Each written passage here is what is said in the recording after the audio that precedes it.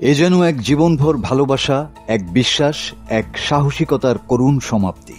রংপুরের তারাগঞ্জের সমীর উদ্দিন মণ্ডল ছিলেন সাধারণ একজন মানুষ, কিন্তু তার ভালোবাসা ছিল অসাধারণ। ভালোবাসতেন সাপকে। প্রাণঘাতী গোখরা সাপও তার কাছে ছিল সন্তানের মতোই আপন।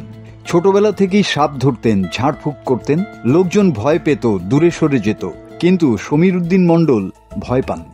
সমীর ছিলেন ব্যতিক্রমী মানুষ।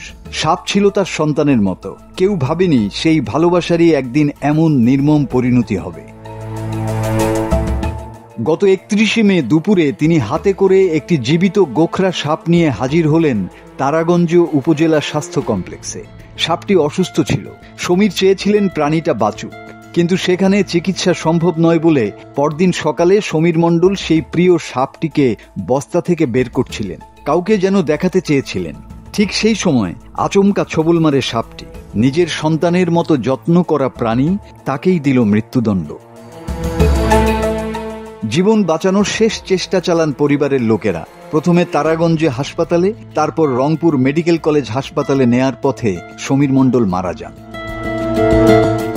সমীরের পরিবার এখন নিঃস্ব। মেয়ে আর নাতিরা তাকে হারিয়ে একাকী হয়ে গেছে। নিজের ভালোবাসার ছোবলে নিজেই হারিয়ে গেলেন এক প্রাণী প্রেমিক। ভালোবাসা কি সবসময় নিরাপদ? এমন প্রশ্ন রেখে গেল সমীর উদ্দিনের মৃত্যু। মাসুদ হাসান, বাংলা টিভি।